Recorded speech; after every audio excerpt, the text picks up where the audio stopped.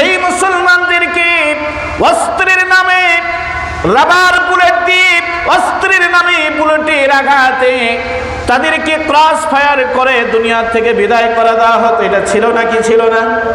আর জোরে বলেন ছিল কিনা? রাতের আধারে নিরহ মুসলমানদেরকে শুধুমাত্র কোরআনের কথা বলার কারণে, শুধুমাত্র কোরআনের পথে চলার কারণে নিরহ মানুষগুলোকে ধরে নিয়ে গিয়ে বছরের পর বছর জেলখানায় বন্দি রাখতো। জোরে বলেন কথা ঠিক না বেঠিক? অসংখ্য মুসলমানদেরকে বন্দি করে হাতের নখগুলোকে উপড়ে ফেলা হতো, পায়ের নখগুলোকে উপড়ে ফেলা হয়েছিল। কি বলেন, এরকম ছিল নাকি ছিল না? অথচ বাংলাদেশে মুসলমানদের সংখ্যা বেশি। আমার একান্ত প্রিয়জনেরা লক্ষ্য করবেন, আল্লাহর অসংখ্য গোলামদেরকে কোরআন প্রতিষ্ঠা করতে চাওয়ার অপরাধে একদিন দুই দিন নয়, এক মাস দুই মাস নয়, একটানা 90 দিন পর্যন্ত রিমান্ডে নেওয়ার নমুনাও বাংলাদেশে জোরে বলেন তো আছে না নাই? একটা মানুষকে 90 দিন পর্যন্ত রিমান্ডে নিয়ে জুলুম করা হয়েছে, মাজা মেরে মাজা ভেঙে দেওয়া হয়েছে। এমন মানুষ যে সোজা হয়ে একা একা দাঁড়াতে পারে না, ওই মানুষটার হাতে হ্যান্ডকাপ, পায়ে ডান্ডা বেরি পরিয়ে তাকে আদালতে হাজির করা হতো। কথা বলেন ঠিক না ঠিক? এই নির্মম দৃশ্য বাংলাদেশের মুসলমানেরা দেখেছে নাকি দেখে নাই? কি বলেন, দেখেছে না দেখেনি?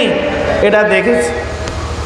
আমার একান্ত প্রিয়জনেরা, আমার কাছে কেন যেন মনে হয়েছিল এই জুলুম আর নির্যাতনের শিকার মানুষগুলো কত রাত জেলখানার ভিতরে কাঁদতে কাঁদতে অতিবাহিত হয়েছে, আল্লাহর কাছে সেজদা দিয়ে কেঁদে কেঁদে কত রাত অতিক্রম করেছে।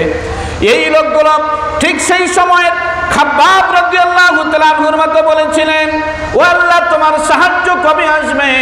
মাতা নাসরুল্লাহ, আল্লাহ তোমার সাহায্য কখন আসবে?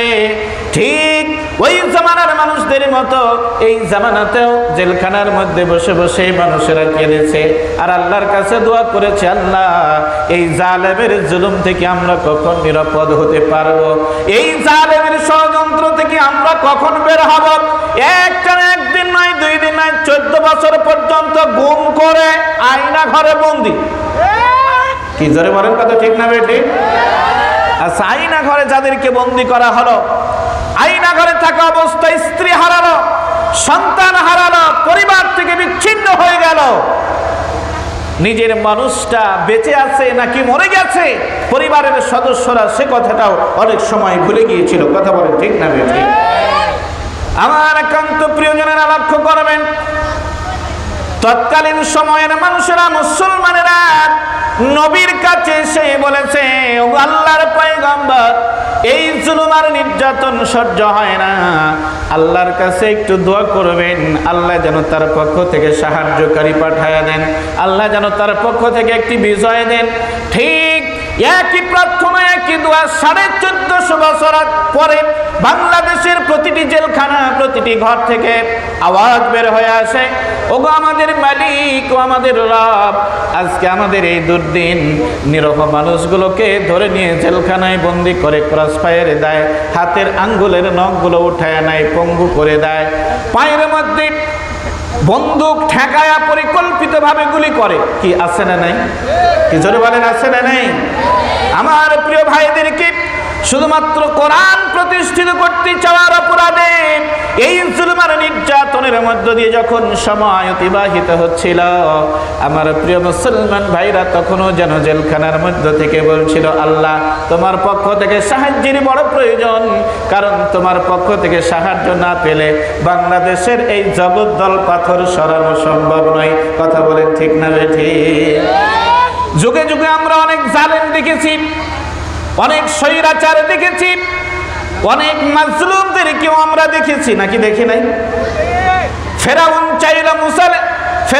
চাইল মুসা নবীকে মেরে ফেলবে, ইসলামকে শেষ করে দিবে। আল্লাহর সাহায্য এসেছিল নাকি আসে নাই? কি বলেন, এসেছিল কিনা? নমরুদ চেয়েছিল অগ্নিকুণ্ডের মধ্যে ফেলে আমার নবী আপনার নবী আমাদের সকলের মুসলিম মিল্লাতের অভিভাবক মুসলিম মিল্লাতের পিতা ইব্রাহিম খলিলুল্লাহকে আগুনের মধ্যে ফেলে পুড়িয়ে শেষ করে দিয়ে ইসলামকে বন্ধ করে দিবে, ধ্বংস করে দিবে, শেষ করে দিবে। ওই সময়ও আল্লাহর পক্ষ থেকে সাহায্য এসেছিল নাকি আসে নাই? আমার ভাইয়েরা বাবাজিরা, ইউনূস আলাইহিস সালাম মাছের পেটে সমুদ্রের অতল তলদেশে যখন মাছের পেটের মধ্য থেকে তিনি একটু নড়াচড়া করে বুঝতে পারলেন আমি জিন্দা, ঠিক ওই মুহূর্তে ইউনূস আলাইহিস সালাম সাহায্য চেয়েছিলেন কার কাছে? কার কাছে? আল্লাহর কাছে। সমুদ্রের অতল তলদেশে মাছের পেটের মধ্য থেকে ইউনূস আলাইহিস সালাম আল্লাহর দরবারে বললেন, ও আমার রব, লা ইলাহা ইল্লা আনতা সুবহানাকা ইন্নী কুনতু মিনাজ জালিমিন। ও আমার রব, তুমি ছাড়া তো কোনো ইলাহা নেই, তুমি ছাড়া কোনো মালিক নেই, তুমি ছাড়া কোনো রব নেই। ও মালিক, আমি তো আমার নফসের উপর জুলুম করেছি, তুমি যদি আমাকে সাহায্য না করো, তুমি যদি আমাকে ক্ষমা না করো, তাহলে আমি তো জালিমদের অন্তর্ভুক্ত হয়ে যাব। হে রব, তুমি আমাকে সাহায্য করো, আমাকে ক্ষমা করো। ইউনূস আলাইহিস সালামকে আল্লাহ সাহায্য করেছেন নাকি করেন নাই? কি বলেন, করেছে না? ইউনূস নবীকে আল্লাহ সাহায্য করলেন। আমার নবী আপনার নবী আল্লাহর কাছে সাহায্য চাইলেন। বিশ্ব নবী রাহমাতাল লিল আলামিন বদরের প্রান্তরে চলে গেলেন। বদরের প্রান্তে কাফের মুশরিকদের বিরুদ্ধে বিশ্ব নবী রাহমাতাল লিল আলামিন মাত্র কজন সাহাবী নিয়ে উপস্থিত আল্লাহর দরবারে মোনাজাত শুরু করলেন, ও আমার রব, বদরের প্রান্তরে এই যে 313 জন তোমার সৈনিককে নিয়ে তোমার দরবারে হাজির হয়েছি, ও মালিক, দুনিয়ার কাফেরেরা এই বদরের দুইটি প্রান্তের, একটি এঁটেল মাটির দিক আর একটি বালি মাটির দিক। ও মালিক, কাফের বেদিন মুশরিকেরা এঁটেল মাটির শক্ত দিকটা তারা ধারণ করেছে, ওই দিকটা তারা দখল করেছে। মাত্র 313 জন মুসলমানের জন্য বালির দিকটা এখন বাকি। মুসলমানেরা সেখানে এসে দাঁড়ালেন, বালির উপর মুসলমানদের দৌড়াদৌড়ি করতে অসুবিধা হবে, এই চিন্তা করে কাফেররা ওই দিকটা ছেড়েছে আর শক্ত এঁটেল মাটির দিকটা তারা গ্রহণ করেছে। রাহমাতাল লিল আলামিন বদরের প্রান্তরে উপস্থিত হলেন। সকালবেলায় শুরু হবে যুদ্ধ, আগেই বলেন আলহামদুলিল্লাহ। সকালেই শুরু হবে যুদ্ধ। রাতের বেলা রাত যত গভীর হচ্ছে মুসলমানদের তাঁবুর মধ্য থেকে কান্নার আওয়াজ তত বেড়ে যায়। আল্লাহু আকবার। স্বয়ং রাহমাতাল লিল আলামিন মুসলমানদের তাঁবুর মধ্য থেকে রবের দরবারে দুখানা হাত তুলে বলেন, ওগো আমার রব, আমাদের মালিক, 313 জন তোমার গোলামকে নিয়ে বদরের ময়দানে হাজির হয়েছে। ও মালিক, আজকের দিনে তোমার সাহায্যের বড় প্রয়োজন। তাকায় দেখো, বদরের প্রান্তরের দুইটি দিকে দৌড়াদৌড়ি করা যায় এমন শক্ত দিকটা কাফেররা দখল করেছে, আর আমার জন্য বালি মাটির দিকটা রেখে দিয়েছে, বালিতে যেন দৌড়াদৌড়ি করতে অসুবিধা হয়। ও মালিক, আজকের দিনে তোমার সাহায্যের বড় প্রয়োজন। মালিক, তোমার দিনকে যদি বাঁচাতে চাও তাহলে তোমার পক্ষ থেকে আমাদের জন্য সাহায্যকারী পাঠাও। জোরে কোন আল্লাহু আকবার। আল্লাহ সাহায্য করেছেন নাকি করেন নাই? বদরের ময়দান রাত যত গভীর হয় নবীজির কান্না তত বেড়ে যায়। হঠাৎ নবীজি লক্ষ্য করলেন আকাশে মেঘের ঘন ঘটা, প্রচন্ড ঝড় আর বৃষ্টি শুরু হয়ে গেল। জোরে কোন আল্লাহু আকবার। কে দিচ্ছেন? জোরে বলেন কে?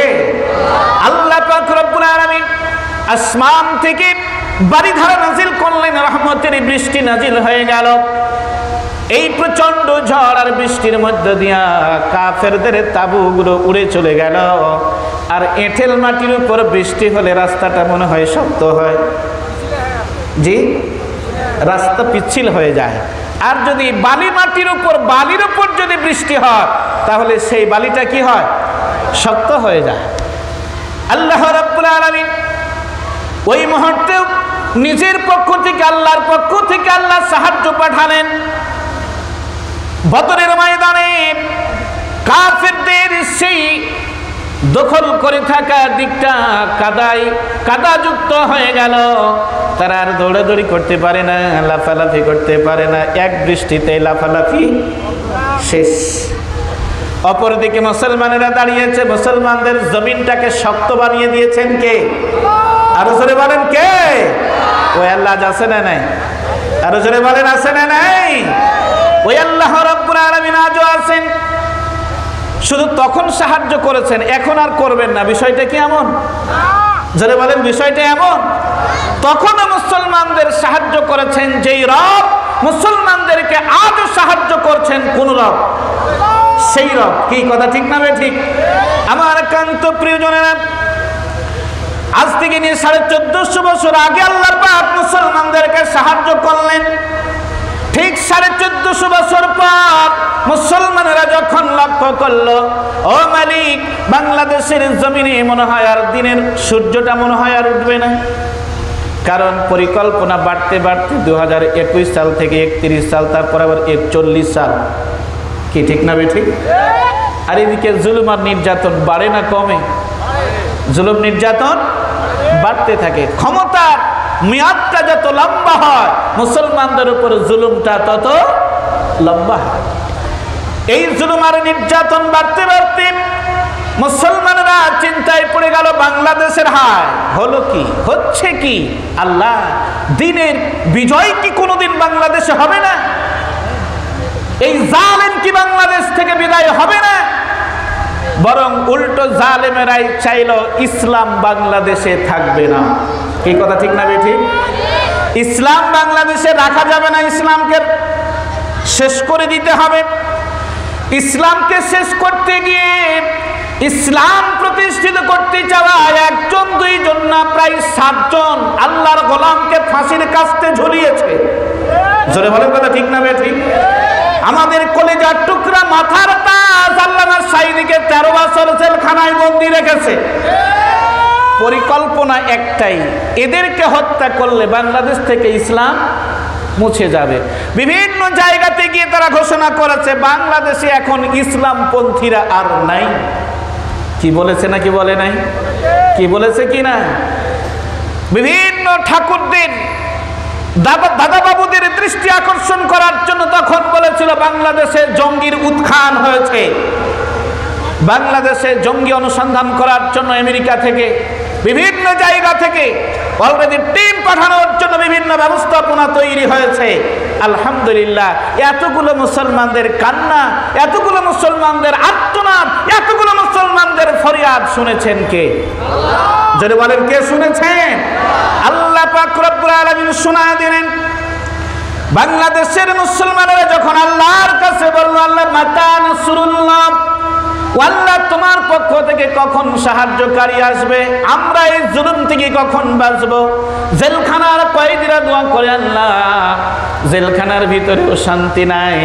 ওগো মালিক, তোমার দিন প্রতিষ্ঠিত করতে চাওয়ার কারণে আজ জেলখানায় আসতে হয়েছে। মালিক, তুমি বলে দাও এই জেলখানার জুলুমের অবসান কবে ঘটবে, আর তোমার পক্ষ থেকে সাহায্যকারী কবে আসবে?